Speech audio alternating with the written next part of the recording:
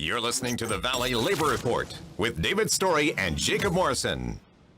Right. So let's go ahead and jump into some of the bills.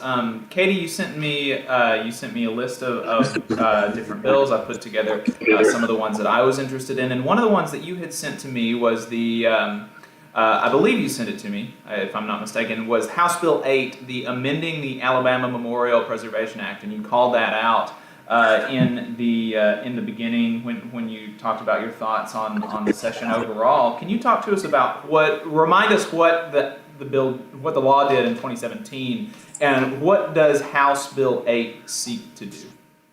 Yeah, so the 2017 Memorial Preservation Act was a bill that took away local control from counties, cities, other local jurisdictions, and kept them from being able to decide what was best to be done with street names, school names, and monuments, and instead put that in the hands of the state and of the Attorney General and of a commission that to this point really hasn't done a whole lot other than be formed and set forth a few rules.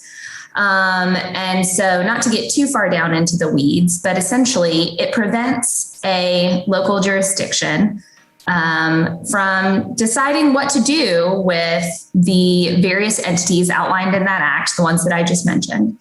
And instead says if a monument, for example, is under 40 years of age, you can apply for this waiver and possibly have that monument moved. And if it's over 40 years of age, you just can't do that. You just can't move it, can't get rid of it. And if you do, then the state can sue the local jurisdiction for $25,000. You've seen this happen in Birmingham. You've seen it happen.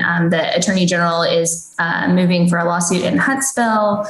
You saw it happen in Mobile. And over the course of the last summer, our Whose Heritage report and tracking system has tracked removals of monuments across the country. And Alabama has had some of the highest rates of monument removals of any state in the entire country, partially because we have many more than any other state. You also saw it right here in Montgomery. I'm very proud. Our school board voted after a group of organizers led by 3 Black women who are alums of the schools to vote to change the name of 3 high schools in Montgomery that are named after members of the Confederacy. But what House Bill 8 specifically would have done is it would not have repealed the act in its entirety. Instead, it would have amended it so that there would have been a procedure by which local jurisdictions could have actually come in front of that committee with a plan to say, we've got this monument in front of our courthouse in Florence, Alabama. Our community wants it gone. We want it gone. Here's what we're going to do with it. Specifically, the bill said that we would return it to the Department of Archives and History. Perhaps they could return it to a museum like was done in Mobile. We've got a plan for it. We'd like to move it. It is local property. We are the community. We know what's best. Unfortunately, that bill was voted down in committee, and it was really disappointing. It had bipartisan support. It had support from members of House leadership, and it still failed.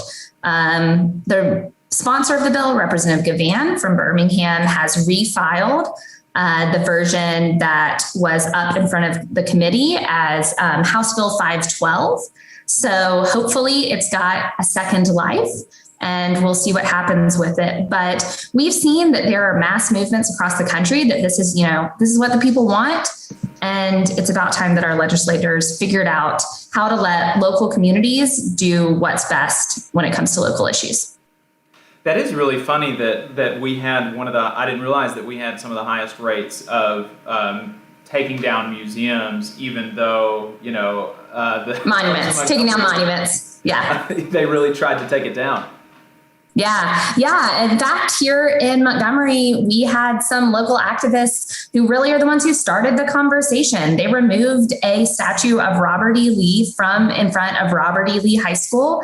They were tired of looking at it. They were folks who had gone to school there, who had looked at it every day, and they were tired of seeing it.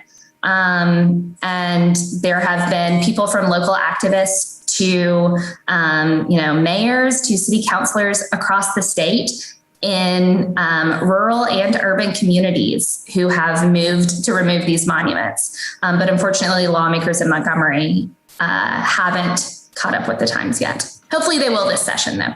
What has the conversation been like among legislators about this? Have they been putting forward an argument as to why they're not voting for this, or why they're not co-sponsoring it, or anything like that? Or, what are they saying when they vote no?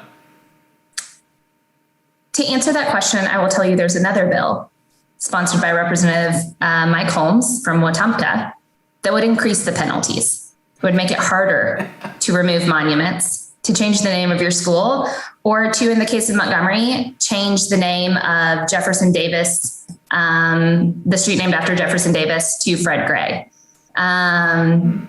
So there's quite a division. But again, this is a bill, HB 8, now HB 512, that has bipartisan support. It's not a Democratic or Republican issue. Well, that's good to hear. Hopefully we'll get some movement on that. Monica, I know that this isn't something that the ACLU has really been looking at really strongly, but do you have any thoughts as a member of the community or as somebody active in the Democratic Party about this bill or anything like that?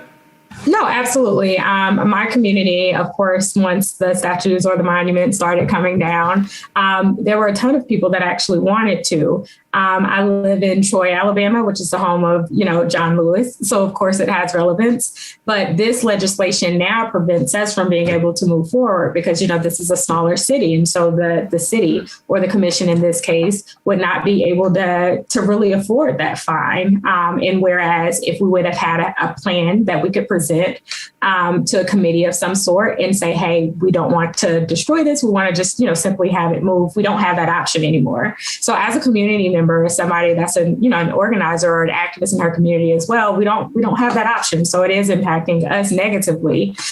So even though it's not an ACLU position, as somebody that lives in the state of Alabama, but this is also an issue that impacts my community, it's very disappointing to see just how it failed with no real reason why outside of, we just don't want this legislation.